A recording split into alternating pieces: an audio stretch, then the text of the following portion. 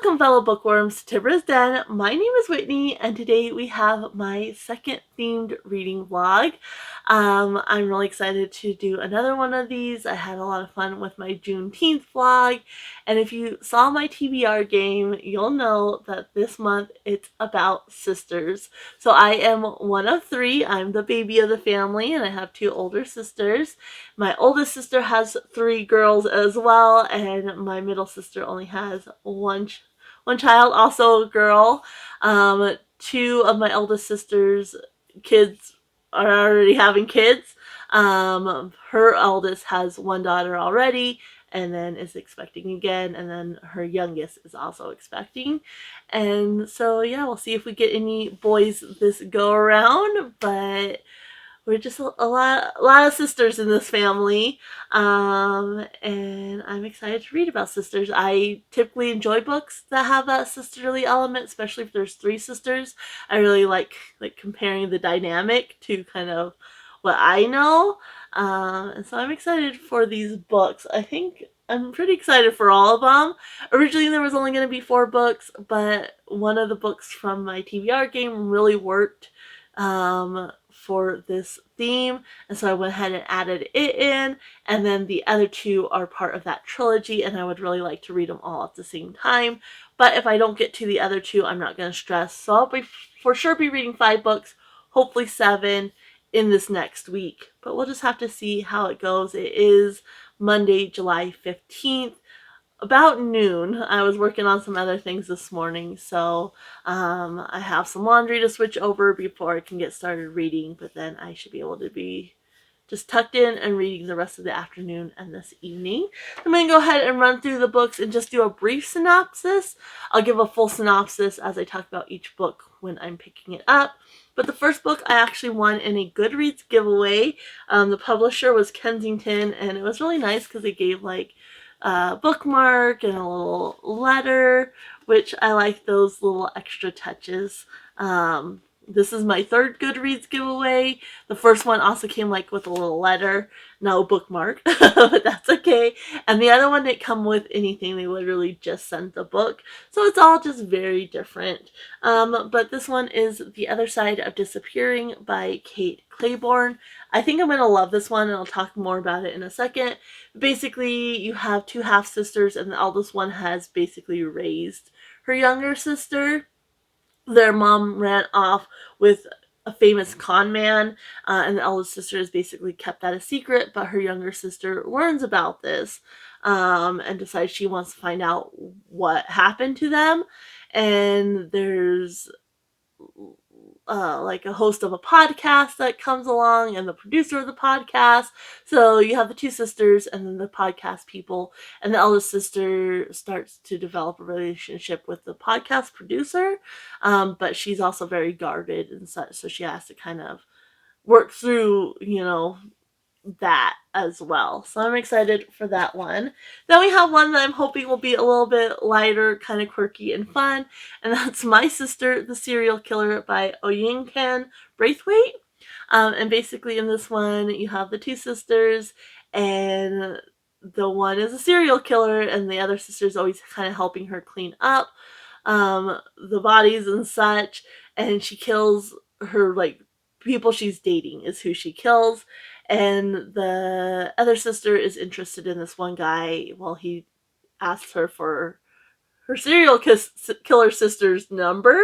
And so she's kind of struggling with that because she's like, I like this guy. I don't want him, to get murdered.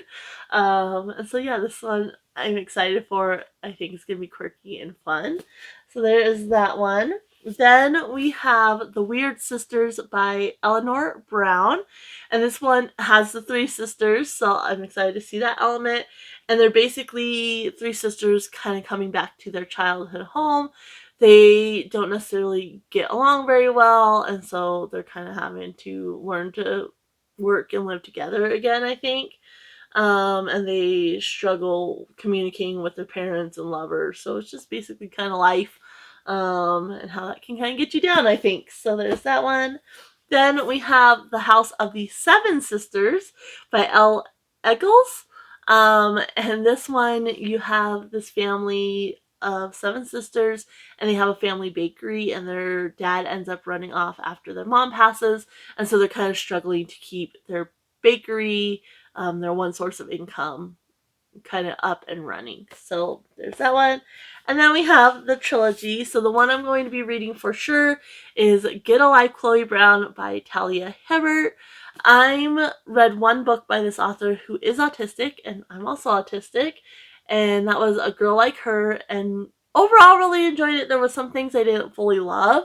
So I know this is a more popular series, so I'm really excited to try this and see how I get along with the writing in this trilogy. So first you have Chloe Brown, and she's chronically ill, and she almost dies, and so then she basically comes up with a bucket list, 7 directives to help her get a life, and along the way she enlists Redford to help her. So there's that one. Like I said, this is the one I'm for sure going to be reading, but I would also like to read the next 2, which the next one is Take a Hit, Dani Brown. And this one, she's basically given up on love, and then it's kind of a fake dating situation in that one. And the last one, the one I'm probably most excited about because I think it's the baby of the family again, and that's Actor Age Eve Brown, and this character is autistic. So I'm excited about that. And so she's basically a hot mess, and she has, and then her love interest is Jacob Wayne, who is always in control. He ends up breaking his arm. His B&B is understaffed, and so Eve wants to help, but she's kind of a hot mess. So, yeah, we'll see how this goes. Like I said, I'm really hoping I can get to all 3 of these at once, but for sure, Chloe Brown. So we'll see about that, but I'm not starting there. The book I'm actually going to be starting with is The Other Side of Disappearing by Kate Clayborn. Now, I read Sadie a couple months ago by Courtney Summers, which had a kind of a very similar theme. You basically have these 2 sisters, and the oldest sister is kind of a mother figure to her younger sister because their mother really struggles with like addiction and such. And then in that one, though, her sister ends up getting murdered, and then she's kind of on this road trip of revenge, trying to find her sister's killer. And then there is also a podcast element in that one, and it kind of goes back and forth between this podcast host who's trying to find out what happened to Sadie, and follow the trails she left. And then Sadie's viewpoint in first person. It was so much fun. It was mixed media. Absolutely loved it. And so this sounds like it's going to have a very similar vibe because you have that podcast element.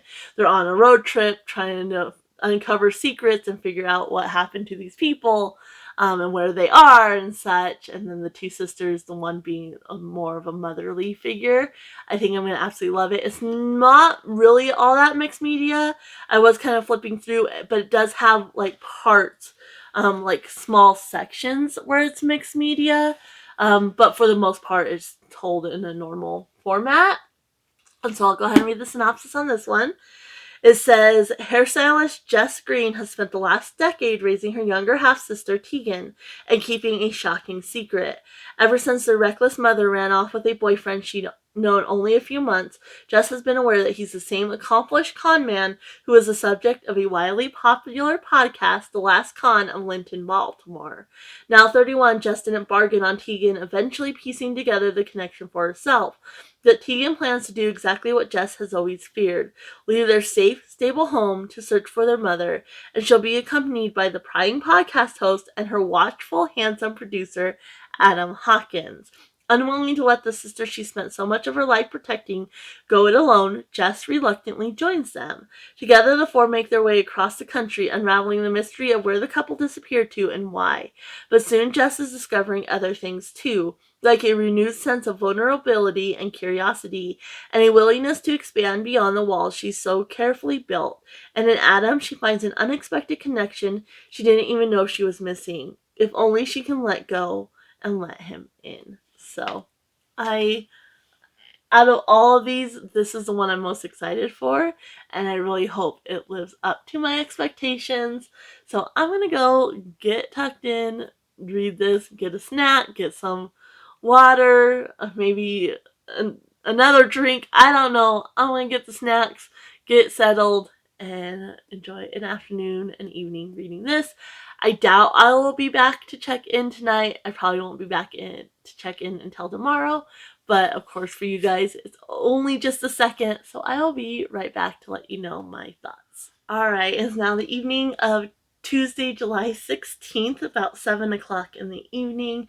I didn't read a whole lot yesterday during the day because I did have a headache, and then this morning we ended up having to go to the big city, and I also had a headache this morning as well, so I read a good chunk last night right before bed, and then I didn't really start reading it until this afternoon, about 2 o'clock. But I have finished The Other Side of Disappearing by Kate Clayborn. I am going to give this 5 stars. I really, really enjoyed it. Didn't love the ending. It just kind of felt a little lackluster. Basically, the main character has a surprise for her love interest. This is definitely more of a romance, and gives you all the good romancy feels. But yeah, the surprise just was a little lackluster. It made sense kind of for the characters, but it was a little lackluster and kind of like, huh. And I think if either maybe more of an emphasis had been put on that throughout the book, like it's definitely mentioned several times, but I think if more of an emphasis on the importance of that had been made, it wouldn't have felt as lackluster at the end, but it did feel a little lackluster. But besides that, I absolutely love this. So it is a romance. Like, it's very much a romance, just with a little bit more depth to it, I guess. But it has like the good feels of a romance, and I really enjoyed her and the Adam. So you have Jess and Adam, and I really enjoyed them together and their romance. It was a little bit insta lovey, but I don't know. I just really like them together, especially Adam, and it deals a lot with like mental health and trauma and such, and the way Adam is with Jess, our main character, the way he is, like, it kind of reminded me a lot. I have a lot of anxiety and such, and kind of just the way he is, like it reminded me a little bit of my husband, and so I really like that dynamic and really enjoyed that. But of course, this is the sister vlog, and that arc, that story arc between the two sisters was definitely really, really good. Because Jess has basically taken care of Tegan since Jess was 21. Tegan was about 7 or 8. She's taken care of her, for 10 years and raised her when she was barely an adult. And so, and obviously she had kept secrets from Tegan about their mom, who ran off with this con man. Um, and you really see, like, kind of hindsight, like, should I have done something different? Maybe not kept these secrets or whatever, or treated Tegan in a different way. But she was doing the best she could, and she was trying to protect Tegan from the heartbreak she felt, because Jess got left twice by their mom, where Tegan just got left the once. And so you're really seeing, kind of that dynamic between them, kind of the frustrations and such, and the anxiety Jess has, especially worrying about Tegan and trying to protect her. And so you really see that, and then you see how it shifts and grows, and how Jess is trying to be more open, and not so closed off, and realizing that Tegan is an adult now. She doesn't have to be so protective of her, and kind of how their dynamic changed from mother daughter, because she's raised Tegan, to more of a sisterly dynamic, and how they're working through the trauma and their mom and such, the problem that is their mother. So yeah, I really like that dynamic. This had a lot of things I enjoy. It had the mixed media element, kind of the podcast element, the road trip and trying to discover secrets and try to find somebody. I really like that. Like, not necessarily just the road trip, because I know a lot of books use road trip, but that kind of searching element to the road trip, I really enjoyed that. And so you see these sisters and their dynamic and their growth together, as they're uncovering secrets about their past and their mom. And then you also have, the podcast element and those two characters and kind of their role in all of this as well. And yeah, I really enjoyed this one. So definitely a 5 stars for me, even with the kind of lackluster ending. I love this, and I can see myself reading it over and over again. So there is that one. The next one I'm going to be picking up is going to be My Sister, the Serial Killer by Oyinkan Braithwaite. And so this one says, Coretti's sister Ayola is many things. The favorite child, the beautiful one, possibly sociopathic. And now Ayola's third boyfriend in a row is dead, stabbed to the heart with Ayola's knife. Coretti's practicality is the sister's saving grace. She knows the best solutions for cleaning blood, bleach, bleach, and more bleach. The best way to move a body, wrap it in a sheet like a mummy. And she keeps Ayola from posting pictures to Instagram when she should be mourning her missing boyfriend. Not that she gets any credit. Coretti has long been in love with a kind, handsome doctor at the hospital where she works. She dreams of the day when he will realize that she's exactly what he needs. But when he asks Coretti for Ayola's phone number, she must reckon with what her sister has become and how far she's willing to go to protect her.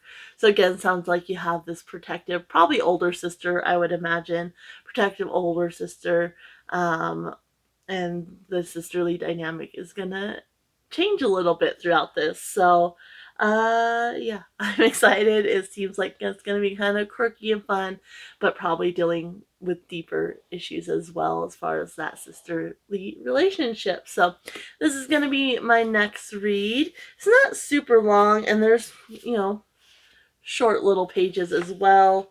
So let's see here. Yeah, these have like short chapters, which I'm not always the biggest fan of, so we'll just have to see how it goes. But it's really short. It's only 223 pages, and with those short little chapters, this should actually go really, really fast. So I may or may not be back tonight, but for sure, first thing in the morning. As always, though, it's gonna be just a second for you, and I'll give you my thoughts on this one. All right, it's the afternoon of Wednesday, July 17th, and I did finish My Sister, the Serial Killer by Oyinkan Braithwaite. Probably could have finished this last night, but I ended up watching like a Hallmark movie and then just reading a little bit at bedtime, and then I finished it up this morning. And I think I'm gonna give this one 4 stars. I enjoyed like the concept and the premise of it. Um, it does have super short chapters, which is typically not my thing. I do think it worked in this case, just because it's like little snapshots. Like there's not a lot of like, setting or anything like that. It's just kind of little snapshots of what's happening in the moment. So you're not getting like a lot of context or background or anything like that. I did like kind of the dynamic between the two sisters, because you have the older sister, Coretti, and she wants to protect her younger sister and she loves her and such, but she's also really frustrated by her. Like her younger sister is like the golden child, could do no wrong in her mother's eyes, and then all these guys, because she's conventionally pretty, are just kind of throwing themselves at her, and then the guy she's interested in and the doctor she works with becomes interested in, and she knows like, hey, like her relationships end with the guy dying. Like, my sister's a serial killer, but I like you, and what am I gonna do?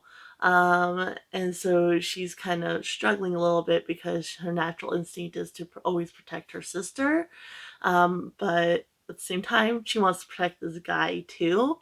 And yeah, I really kind of like that dynamic and such. I was a little disappointed with the ending, but it does make sense for the story, so that's that. The reason it kind of dropped down for me is one, I wanted a little bit more depth. I wanted that background and that context, instead of just kind of the snapshots of what's happening. That's just kind of what I prefer. So why it worked for the story in general, just not my favorite. And also the way the main character talks about how people look, and such, like, just kind of not in a nice manner. The way she describes people and like hygiene and such, like she's just very negative towards people, and their looks and such, and I didn't enjoy that aspect of it. But I liked, you do get a little bit of, it's set in Nigeria, and so you do get a little bit of like that dialect and a little bit of that culture and such, which I always enjoy. So yeah, why there's things I didn't love about this, I overall really enjoyed, and I like that sisterly dynamic. And it's kind of frustrating, like the younger sister is not likable at all, and you're kind of frustrated with the older sister because like you're enabling your younger sister as well. Like, it's not just that she's the golden child and, she's treated, you know, these guys just kind of throw themselves at her. The mom, she can do no wrong in the mom's eyes. And there's also, they had some like abuse with their father as well. So it kind of has like snapshots going back into the past when their father was alive and that abuse. And so that definitely plays into kind of how things are as well. But yeah, that dynamic, and you're just kind of want to shake this older sister's like, stop enabling your younger sister, like you're part of the problem too. And so it is kind of like a little bit of a toxic relationship between these sisters, but it does make you wonder, like, if that was your sister and you love them so much, like, what would you do? And I honestly kind of wouldn't be able to answer that. Like, I don't know, because of the way my brain works. I'm very black or white. Like, if one of my sisters were a serial killer, I don't know. Like, I might try to protect them, but when it came to being like questioned by the police and such, I can't lie. Like, I cannot lie. So it's kind of an interesting dynamic for sure. So yeah, this one, 4 stars. So we have a 5-star read and a 4-star read. The next one I'm going to pick up, I think I'm going to keep the order that I originally planned in. So the next one I'm going to go with is The Weird Sisters by Eleanor Brown. So this one says, 3 sisters have returned to their childhood home, reuniting the eccentric Andreas family. Here, books are a passion. There is no problem a library card can't solve. And TV is something other people watch. Their father, a professor of Shakespeare who speaks almost exclusively in verse, named them after the bard's heroines. It's a lot to live up to. The sisters each have a hard time communicating with their parents and their lovers, but especially with one another. What can the shy homebody eldest sister, the fast-loving middle child, and the bohemian youngest sibling have in common? Only that none has found life to be what was expected, and now, faced with their parents' frailty and their own personal disappointments, not even a book can solve what ails them.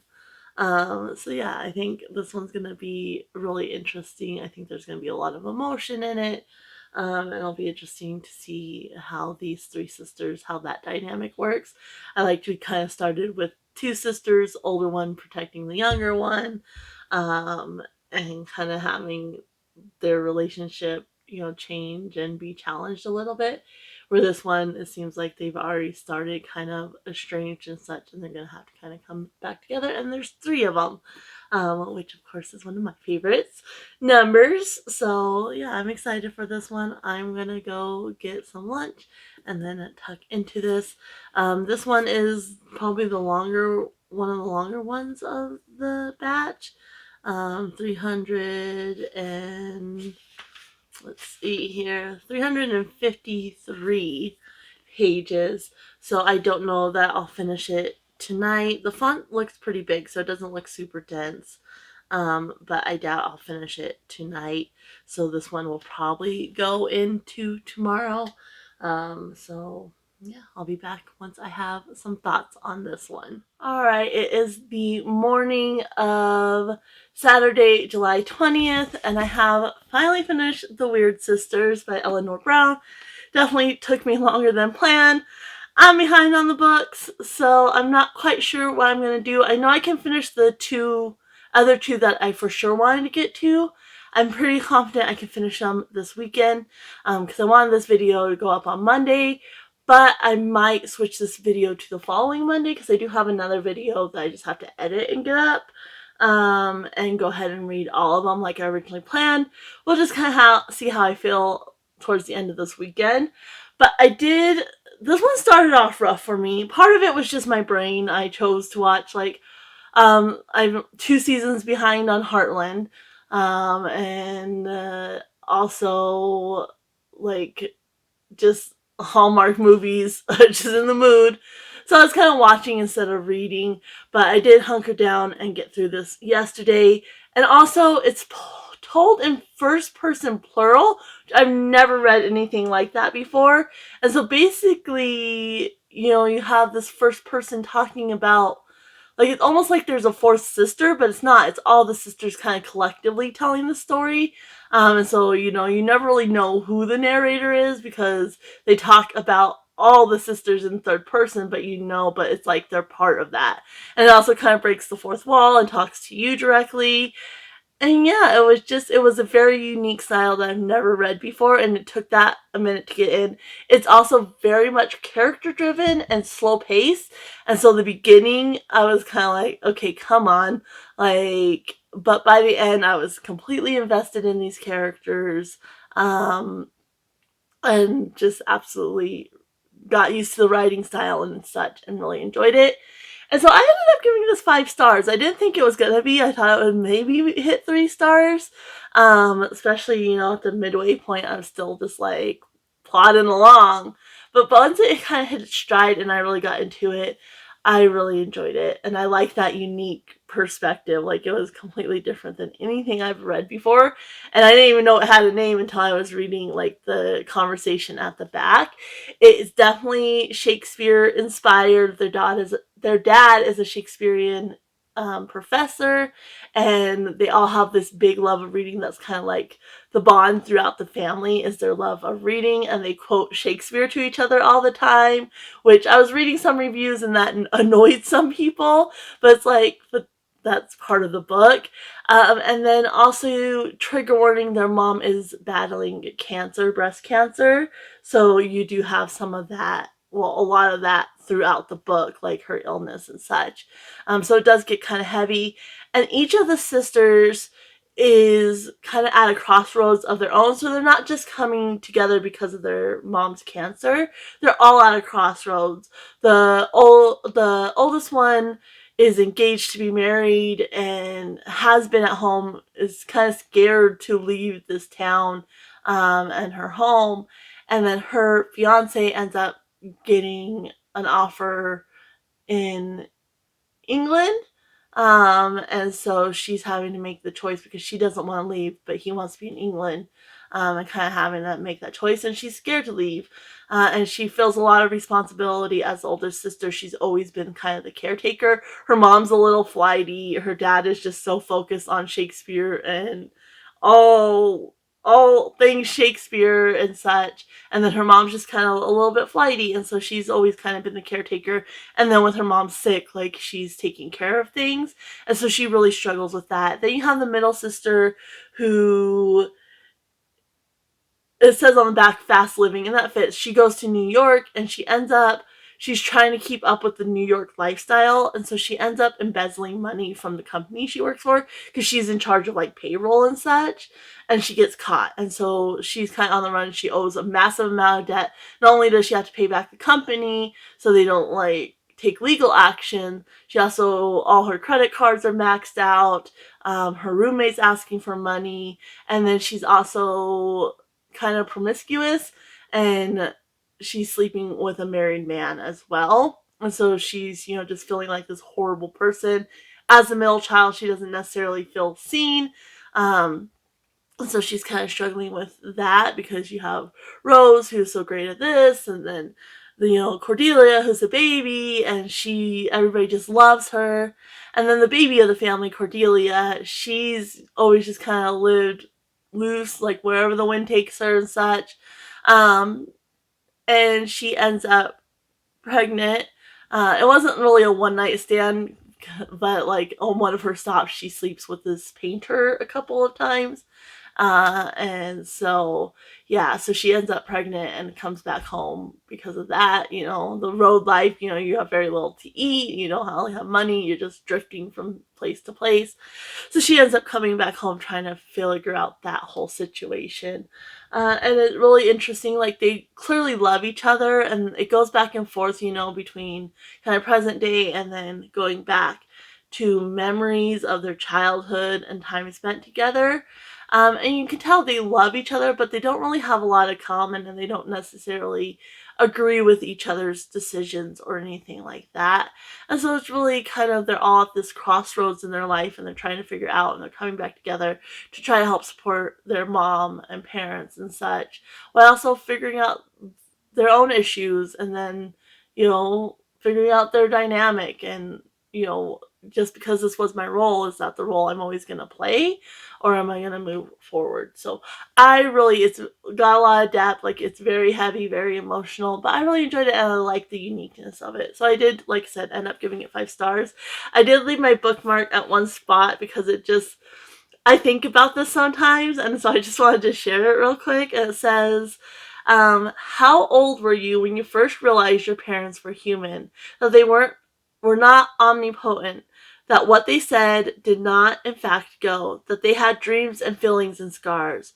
Or have you not realized that yet? Do you still call your parents and have a one-sided conversation with them, child to parent, not adult to adult? And I just found that really interesting, because I do think about that sometimes. Like, as a child, you see your mom or your dad, they're your mom, and then you get older and you start having more experience and being an adult and such, and you realize, like, hey, they're human too, and so I really like that quote. And so, yeah, I gave this 5 stars. It actually has not great ratings on Goodreads and Storygraph. Like, I think it's like 3.2 or 3.7 or something like that. Like, not very high. And it is unique, and it is slow pace, but it's character driven, and the pace is what it is for this. So I really enjoyed it myself. So there is that. The next one I'm gonna pick up is going to be The House of the Seven Sisters by Elle. Eggels. This one's not very long. It's like 229 pages. Yeah. And so it's not very long at all. The font is fairly decent size. So I think I should be able to get through this if, again, I can focus. And so this one says, when Martha and her 6 sisters are abandoned by their father following their mother's untimely death, the family bakery becomes their only means of survival. Martha, the eldest, is forced to leave the household and take on the responsibilities of her missing father. Witnessed through Emma, Martha's daughter from a failed marriage, the House of the Seven Sisters follows the siblings as they mature and eventually leave the bakery in search of self-fulfillment and love. Each sister, however, will return to the fold, heartbroken and disillusioned after her chosen man, the married mayor, the cowboy Con, the hunchback boy next door, fails to stand the test of time. Together they turn heartbreak into hard work, transforming the bakery into a bustling supermarket. But just when success seems near, turmoil erupts, threatening the happiness and contentment they long suffered to achieve. A quirky and heartwarming story of family, fate, and food. The House of the Seven Sisters is the enchanting tale of 7 mysterious women who both independently and as a family try to come to terms with the past and carve a path for the future. So it sounds like it's going to have kind of similar vibes to The Weird Sister. These women kind of at a crossroad after heartbreak or different struggles and such, and them coming back home and kind of learning how to work together and such, and then kind of visiting the past to present. So yeah, I'm excited to give this one a try. Hopefully it stacks up to the rest of these, because we've had 2 5 stars and a 4 star. So I'm hoping this will live up to the others that I had read, and I'll really enjoy this. But I'm gonna go get maybe some coffee or some tea or something, and then settle in to start this book, and I will check back in with you in, well, just a few seconds for you guys once I have my thoughts on this book. Alright, it is almost 10 o'clock at night on Saturday, July 20th. I did finish The House of the Seven Sisters by Elle Eggels. This one I should have finished a lot sooner than I did, because it's not very long, but I did struggle with this one. It wasn't horribly written, but they just kind of lacked a focus. Like, reading the synopsis, I really thought it was going to focus on these seven sisters, but told from the point of view of the daughter, where really it's focusing on the daughter, sort of, but even that kind of lacked focus. And so you don't really get a good sense of any of the characters. Like, all the characters are just kind of bland. And I had trouble keeping straight who's who, other than like the oldest sister. And yeah, it's more about the daughter than anything, and she's kind of collectively raised by these sisters. Because at the time when she was born, it really wasn't acceptable for a woman to have a daughter or a child out of wedlock.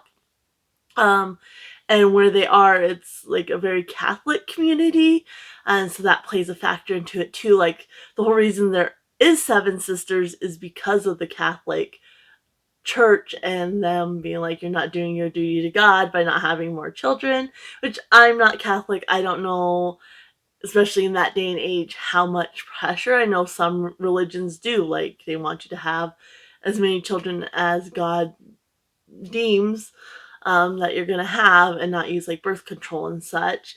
So that's the whole reason there's seven sisters, and that causes their mom to die and then their dad runs off.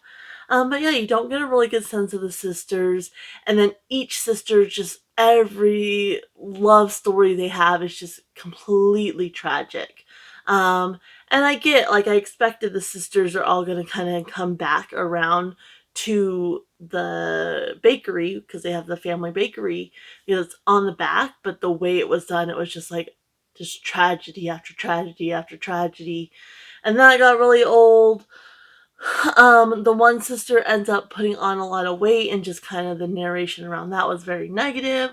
And that, I think it could have been done in a way where she was struggling with her weight and her eating and such, because of her tragic love story. I think it could have been done better. This was written in 98, so, it's a little bit dated in that aspect. It's also translated, which I didn't realize going in, is translated from Dutch as well, so maybe a little bit different culture as well. And so that one, yes, it was distasteful, but it was fine. There's something that happens, and there's two characters that are like the villains, that end up coming into the sister's life. And the one is fat and slobby and gross, and just the way she did that, very derogatory. And then the other one, she is R word, mentally handicapped, and again, just drooling.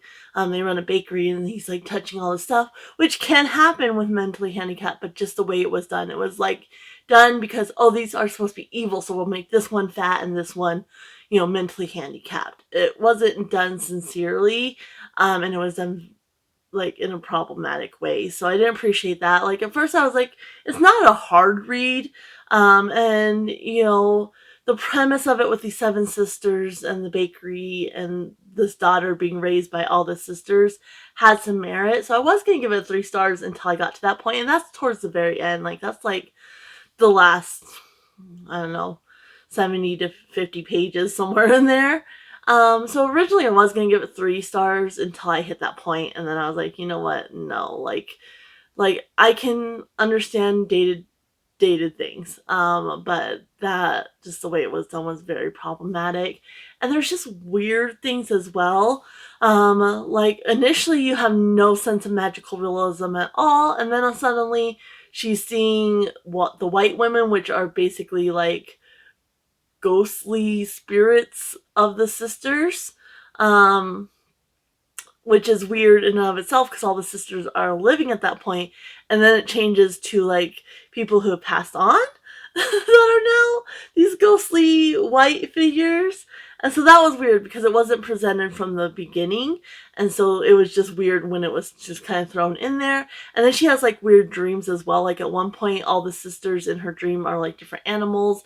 And the one sister wants to marry somebody or something. I don't know. They all have their tragic love stories. And so anyway, the one sister's a goat and with an erect, thing, and is like, he can't do this. Oh, because the one sister is interested in a neighbor who has a hunchback, and that narration wasn't super derogatory because obviously the one sister loves him and is interested in him. But it was distasteful at time, and so the goat was like, he can't breed you, and yeah, that was kind of yuck. And then there's this weird thing where the one sister has trauma to her lower parts from a cross. And then the only reason she ends up getting it fixed is because a nun is fondling her and realizes that her bits are fused together. And so that was really weird. And like, what? Like, one, the way the trauma happened to those parts, and two, this nun is fondling her, and oh, well, you gotta get this fixed. Like, what? Like, no. So yeah, weird sexual things and weird magical realism things that didn't really seem to fit, and then just all the tragedy, like, constantly. But, and then, like I said, the negative narration, like, oh, they're evil, so we'll make this one fat and this one mentally handicapped. Like, no. So yeah, it got 2 stars from me. I'm definitely going to be unhauling this one. Like I said, the premise was there. It was interesting how she was raised collectively with all the sisters and such, but it just fell short. So we finally get to move on to the Brown sisters. So again, I was hoping to have this video up this coming Monday. That's not going to happen if I want to read all of the Brown sisters, but the only one I'm requiring myself to read is the first one, which is Get a Life, Chloe Brown, which is the one I'm going to be reading next. So I'll kind of see how I feel after this one. Like I said, it's about 10 o'clock. I'm going to start tonight, finish it up tomorrow, and then I'll see how I feel. If I want to go ahead and read the other ones, I'll put the other video out, and then you'll see this video the following Monday at the end of the month. Otherwise, I might just read this one. Like I said, just gonna play it by ear. That's kind of how my life is right now. So anyway, this is by Talia Hibbert, and this is, of course, Chloe Brown, the first sister. It says, Chloe Brown is a chronically ill computer geek with a goal, a plan, and a list. After almost, but not quite, dying, she's come up with 7 directives to help her get a life, and she's already completed the first, finally moving out of her glamorous family's mansion. The next items: enjoy a drunken night out, ride a motorcycle, go camping, have meaningless but thoroughly enjoyable sex, travel the world with nothing but hand luggage, and do something bad. But it's not easy being bad, even when you've written the step-by-step guidelines on how to do it correctly. What Chloe needs is a teacher, and she knows just the man for the job. Red Morgan is a handyman with tattoos, a motorcycle, and more sex appeal than 10,000 Hollywood heartthrobs. He's also an artist who paints at night and hides his work in the light of day, which Chloe knows because she spies on him occasionally. Just the teeniest, tiniest bit. But when she enlists Red in her mission to rebel, she learns things about him that no spy session could teach her, like why he clearly resents Chloe's wealthy background, and why he never shows his art to anyone, and what really lies beneath his rough exterior. So, yeah, I'm excited. I've been wanting to read this trilogy for a while. I have read one other book by this author. Talia Hibbert is autistic, and I read A Girl Like Her, who had an autistic main character. And like I said, I know the third book, Eve Brown, it has an autistic character as well, and then this one has chronic illness rep, which I love. And so yeah, I'm excited to read this. I think it's going to be a really fun time. When I read A Girl Like Her, I didn't like, she does use a lot of like cursing and a little bit of crude language, which I didn't love. Like, I don't mind that if it fits the story, but in A Girl Like Her, there are moments where it really didn't seem to fit. So since this is her more popular series, I'm excited to see what I think of it. But I'm gonna go get into bed and then get tucked into reading this for a little bit before I go to sleep. And I will update you guys tomorrow when I have finished this. Alright, it is now Monday, July 22nd, which is the day I wanted to get this video up. That's not going to happen, so I'm going to do the video for the readathon I'm participating in August. That video will be linked down below if you haven't already seen it, and I'll just have to do this video next week. I did get 2 of the Brown sisters read, so I did read Get a Life, Chloe Brown, and then Take a Hint, Dani Brown. And then I still need to read Actor Age, Eve Brown. So yeah, I finished up Chloe Brown yesterday and then in the evening, and I ended up staying up late and finishing Take a Hint, Dani Brown. I adored both of these, so we're gonna kind of talk about them in turn. I didn't jump on to do like an intro to reading this like I have been, just because I was just kind of in the zone and enjoying myself. But in Get a Life, Chloe Brown, you have Chloe Brown who has fibromyalgia, and so she's chronically ill and struggles a little bit. Her and the superintendent of her building don't really get along. They kind of have, they're not really enemies to love her, but they kind of have like these, especially him, kind of like preconceived assumptions about each other. And so she has this list to help her get a life because she almost died. She almost gets hit by a car. And, you know, since her diagnosis and her illness, she's just been playing it very, very safe. So she decides she wants to get a life. And so she tries to get a life. And so she makes this list. She's very into lists, very organized.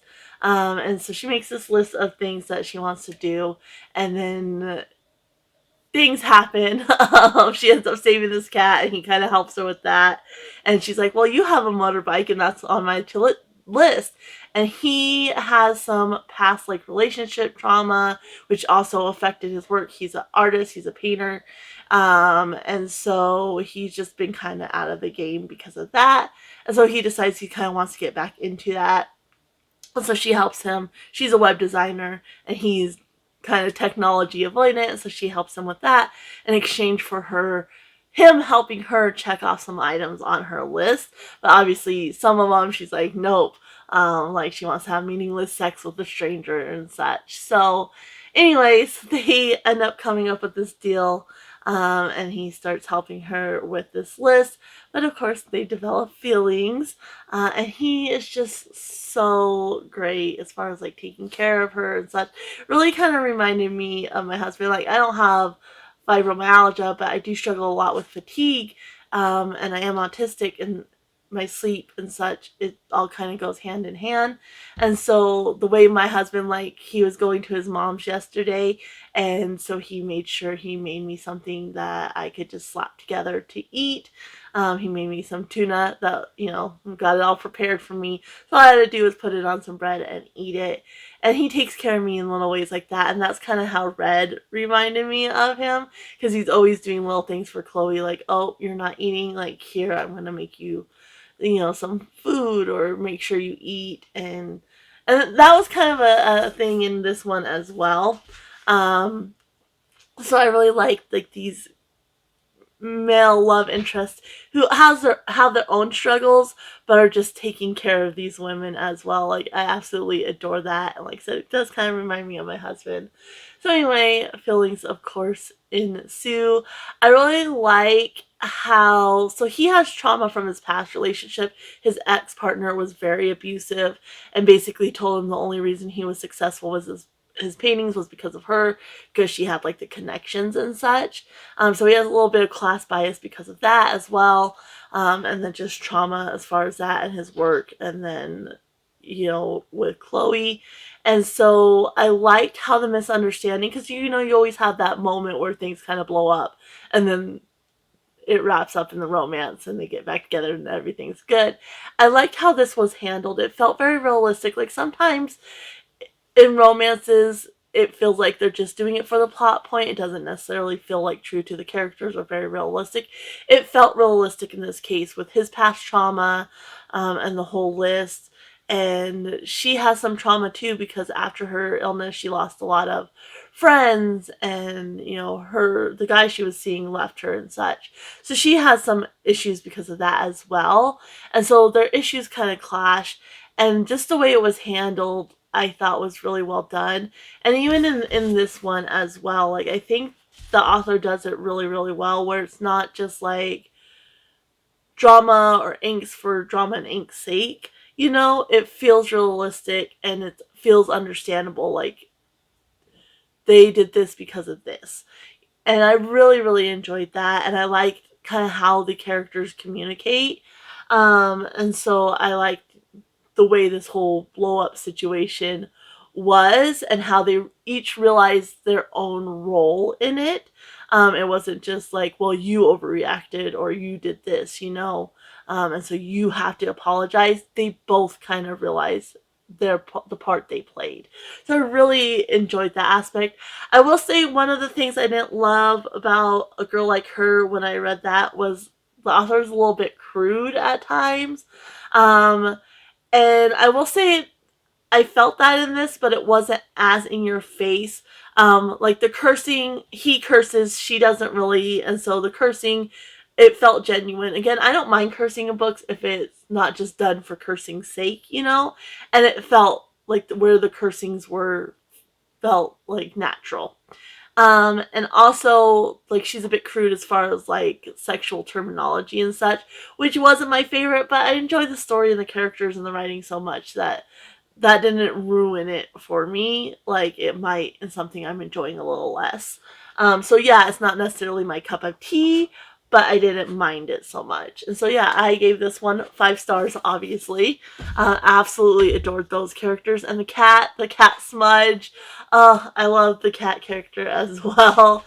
Then we have Take a Hint, Dani Brown, and I didn't come on to read you the little synopsis beforehand, so I'll go ahead and do that now real quick. It says, Danica Brown knows what she wants: professional success, academic renown, and an occasional roll in the hay to relieve all that career-driven tension. But romance? Been there, done that, burn the t-shirt.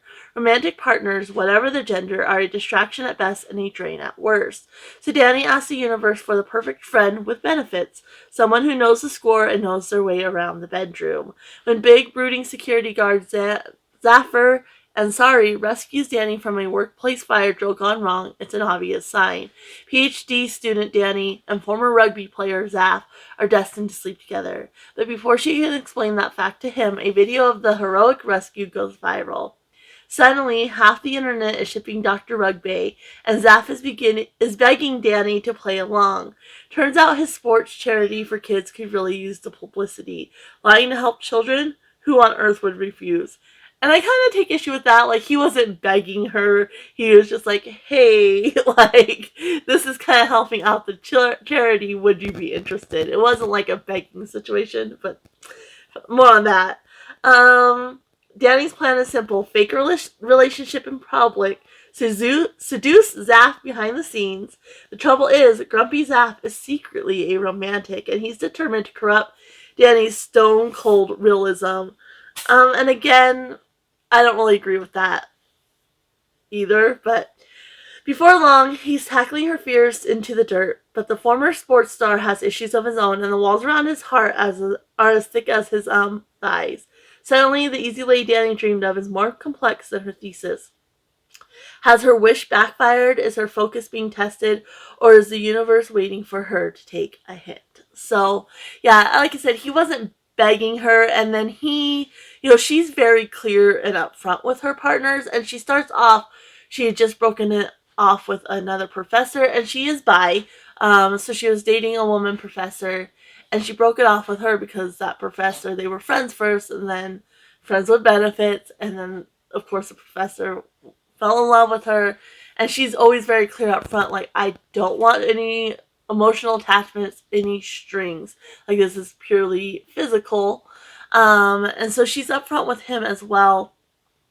And yeah, he, like, knows, like, I'm gonna fall in love with her. Like, I'm already more than just physically attracted to her, and he knows that, and that's what he's looking for. And so, she has kind of rules for the fake dating relationship. And so he's like, well, we should set rules for this one too. And so they kind of set an end date. And he does that because he knows, like, I'm not going to be able to do a casual relationship. And so they have that end date. And I really like the way he was, because he never, like, I'm trying to find my words. Like, he never was like he hoped that maybe she would change her mind, but he was like, she told me from the beginning what it is. So if I become attached and I get my feelings hurt, that's on me. And so he realized that all along. Like, yeah, he hoped, and sometimes he would, like, say, hey, like, what about, like, maybe think about this. And so, their relationship, like, she obviously has feelings for him too, but she keeps shutting it down. And I was like, no. And she kind of has this mental block as well. And then he lost his dad and brother. And so he has kind of that grief that he's, and that's kind of how he started his charity and such. Like, his mental health really took a downturn after that incident. And so it does, and he has had anxiety for his whole life. And then after he lost his dad and brother, he struggled more with that, and then other mental health issues as well. And so, yeah, I like how he was like, she told me, I can't get mad at her. Where a lot of other romance authors would be like, would take that situation and be like, he's mad at her now, it's her fault. And it wasn't. He was like, she was clear from the beginning, so I can't get mad at her. And the whole kind of big blow up thing as well, like, he again realized his part in it. And I didn't really love, like, how Dani necessarily handled it, but she did, realize after talking to her sisters and such, like, hey, like, maybe I'm being a little bit ridiculous, but again, she's had a little bit of past trauma as well. And she's not the best partner, which I can relate to that. Like, she's not the best partner. Like, the little things that a lot of people expect from a partner. Like, she's a workaholic, so she's more focused on her work, and sometimes she forgets time and she's late for dates and such. And so she knows that about herself, and she realizes she can't give that to a partner. And like, he tells her, you know, you just need to find a partner that fits you. Like, if that's who you are, like, you shouldn't try to change for your partner. You just need to find somebody that fits you. And he does. And he takes care of her too, again, making sure she eats and such. And I really liked that. And like I said, he struggled with his own demons. And she is a good friend to him, it's just that romantic entanglement. And I did like the sisterly, like, obviously this is a sister blog, but these are, each romance is focused on the different sisters, but the sisters do play a big part. Like, you see how supportive they are with Chloe, and then with Dani, that's who she runs to, and she finally lets down her walls with them and is able to kind of process, like, her emotions and such. So you do see that sisterly aspect as well in these, even though it's not as in the forefront because they're contemporary romances. But yeah, I really enjoyed this one. I didn't love these characters. I didn't relate to them quite as much. Like, she's, very career driven, very focused on that academic. And then he's kind of sporty and such, which isn't necessarily something I relate to. But I did like them together, and I really like this author's writing. So there is that. So all I have left is get actor age Eve Brown, which this one says, Eve Brown is a certified hot mess. No matter how hard she strives to do right, her life always goes horribly wrong. So she's given up trying. But when her personal brand of chaos ruins an expensive wedding, someone had to liberate those poor doves. Her parents draw the line. It's time for Eve to grow up and prove herself, even though she's not entirely sure how. Jacob Wayne is in control. Always. The bed and breakfast owner is on a mission to dominate the hospitality industry, and he expects nothing less than perfection. So when a purple-haired tornado of a woman turns up out of the blue to interview for his open chef position. He tells her the brutal truth. Not a chance in hell. Then she hits him with her car. Supposedly by accident. Yeah, right. Now his arm is broken and his B&B is understaffed, and the dangerously unpredictable Eve is fluttering around trying to help. Before long, she's infiltrated his work, his kitchen, and his spare bedroom. Jacob hates everything about it, or rather he should. Sunny, chaotic Eve is his natural-born nemesis, but the longer these two enemies spend in close quarters, the more their animosity turns into something else. Like Eve, the heat between them is impossible to ignore and is melting Jacob's frosty exterior. So it sounds like you have a little bit enemies to lover, grumpy sunshine situation with this one. I obviously need to get the video I need to put out today up, so I'm going to be on the computer for most of the day, but I should be able to read this tonight, and then tomorrow I do need to go get groceries. We are dangerously low on everything, and so I do need to go into town to get groceries, so I'm not sure if I'll finish this tonight or not, but now at this point I have a whole nother week. Obviously I have other books I need to get read as well, and so I do want to wrap up this vlog. And these are so easy to read. They're so easy to dive into. So I think I should be able to get close to finishing it tonight and then for sure finish it tomorrow. But I will check back in with you when I'm done with Eve Brown, and let you know my thoughts and kind of the whole connections with all of them. I will say, like two of them were set in Ohio. Take a hint, Dani Brown, he's an ex-rugby player with mental health issues, and in The Other Side of Disappearing, I forget what sport he played, but he was, sports and football. He was football. Him and his best friend, and again, mental health issues and such. So there are little connections I'm seeing between these books aside from just the sisterly aspect. But yeah, I will be back in just a moment. Alright, it is now Wednesday, July 24th, and I did finish Actor Age Eve Brown by Talia Hibbert last night. So the sisters themed vlog is officially complete, and I love this one. I think this one was my favorite. Like the plot and the characters were my favorite of the three. The kind of blow up that happened wasn't my favorite. I liked how the blow up was handled in the first one the best. But yeah, it did kind of make sense. I just wish kind of during the blow up, like she had highlighted maybe an autistic meltdown a little bit more, because that was the perfect opportunity to do so, and that didn't happen. But I adore these characters. And again, the writing's a little bit crude, which isn't my cup of tea, but the characters and the stories are just so good that they get 5 stars regardless. And so yeah, I absolutely adored this whole series. This one, like I said, other than the blow-up part, this was definitely my favorite of the three. I could relate to Eve a lot as the baby of the family and kind of just feeling floundering when your sisters have it figured out and you're just kind of floundering and not really knowing what to do. I could really relate to that aspect. She has this musical stem, which I loved, because I definitely tend to put music on repeat and listen to a song like over and over and over again, or just make up songs and sing them. I always wake up with a song in my head. Right now it's Birds of a Feather by Billie Eilish.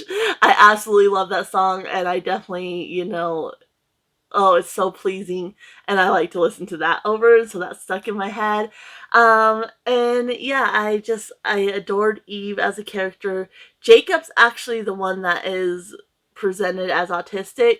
I mean, all the Brown sisters, you can see that they're neurodivergent. And it kind of gets revealed that Eve kind of figures out, hey, like me and my family are probably autistic.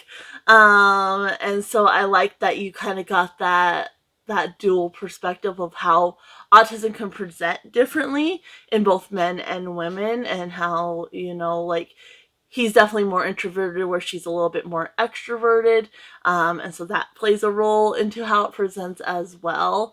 But there's definitely similarities there, so I really enjoyed that aspect. It's grumpy sunshine, small town B&B, which I love. So there's a cooking element because she's going to be hired as the chef. So basically, what happens is her parents get on her about growing up and figuring out her life. And so she goes for a drive. She ends up in this small town and sees a sign hiring that this B&B is hiring. So she ends up going in. They clash right away because Eve is kind of chaos and he's like needs that organization and such. So they clash a little bit right away, but then his friend is like, dude, you need this, because he's kind of in a bind. There's this event that is coming up. It's his first time participating in the event, and it could do a lot for like advertising for his B&B. And so he's like, I need this, but he doesn't have a chef because his chef won the lottery and left. And so his friend's like, look, like you need her, like let's try her out. And so he goes to run out, and it's raining, and so she ends up hitting him with her car. And so now he's in a bind because now he has a broken arm and really needs her. And so she's, his friend like kind of pushes her in there, a little bit of forced proximity because she's staying, in his set of rooms at the B&B, and like the living area on a pullout. And so there's a little bit of forced proximity, grumpy sunshine. It's not really true enemies to lover. Like, they dislike each other at first, but again, more misconceptions. Kind of like with Chloe, the first one in the book, in the series. Her and her love interest kind of had that misconception of each other. This one's a little bit more intense because he is kind of a little bit rigid in his thinking, being autistic. But I wouldn't say it's like true enemies to lovers. And yeah, I just adored them. There were so many cute scenes, and I loved it, and I really related to both characters. So, obviously gave this one 5 stars, but this one, so these ones were obviously, a series focusing on each sister and their romance, because they're contemporary romance. But I really think the sister dynamic still came in really strong. You see in the first book, the Dani and Eve are constantly checking in on Chloe because she is chronically ill, and making sure that they're taking care of her in certain ways and such. And then Dani, when she kind of has her big blow up, she runs to her sisters, and then Eve, like, her sisters are worried about her, and that kind of is what leads to her big blow up. And so you definitely see the dynamic, and especially with Eve, she's treated as the baby of the family, and Chloe's more like the responsible one, even though she is chronically ill, so that plays a part in their dynamic, where the other two are kind of taking care of her. But that's definitely a theme throughout all the books I read, that they, the older sister tends to be the caretaker, the responsible one, the one that's just kind of leading the pack, so to speak. And then the baby sister is like the more flighty one, like doesn't quite have her shit figured out and such. But yeah, I adored these ones. And I also gave the Weird Sisters 5 stars, I believe. And so that dynamic, again, you kind of had these 3 sisters. And they're each kind of facing their own difficulties, and these ones aren't as close. Like, you really see the closeness of the Brown sisters, where in the Weird Sisters, they don't really relate to each other very well. Like, they're still there for each other, but they don't really relate to each other very well, so they're kind of having to figure out that dynamic, and then also come together for their mom as well. This one was, I think I probably enjoyed this one the most out of all of them, The Other Side of Disappearing by Kate Clayborn. I really like this one. The podcast element, the road trip element, trying to figure out, again, the older sister is taking care of her younger sister. She's actually more of a mother figure because their mom ran off. And, again, there's a lot of like mental health rep and such in this one, which I loved. And then you have these two. So this one, My Sister the Serial Killer by Oyinkan Braithwaite. I really enjoyed this one. Like I said, there were just little things in it when I talked about it. And so this one though was, again, you had that older sister and she kind of puts herself aside and takes care of her younger sister, even though she doesn't necessarily agree with her younger sister, and she's there for her, but then she kind of has to figure out, like, okay, like, do I keep caring for her or is something I want more important? So I really like that sisterly dynamic there as well. And then this one, there's just so many sisters, which wouldn't have been a problem, I think, if it had been a little longer, done in a little bit different way. But again, you just have that sisterly dynamic. There just wasn't as much depth to these sisters, but you did see that older sister again playing like this role of being the responsible for the bakery, and kind of trying to guide her sister's lives. And so I like the concept of this, but I wish it just been done a little bit better. But all in all, like, this was a great reading, a little over a week. I really enjoyed all of these. But like I said, The Other Side of Disappearing is probably definitely my favorite. Probably definitely. That doesn't work together. I would say it's definitely my favorite, but I just had such a good time with the Brown sisters as well, so it's really hard to say. But yeah, I really enjoyed that. It kind of made me think of my own sisters and our relationship and such. So this was a fantastic vlog idea. I absolutely loved reading all these books. Let me know if you've read any of these, if you're interested in reading of any of these.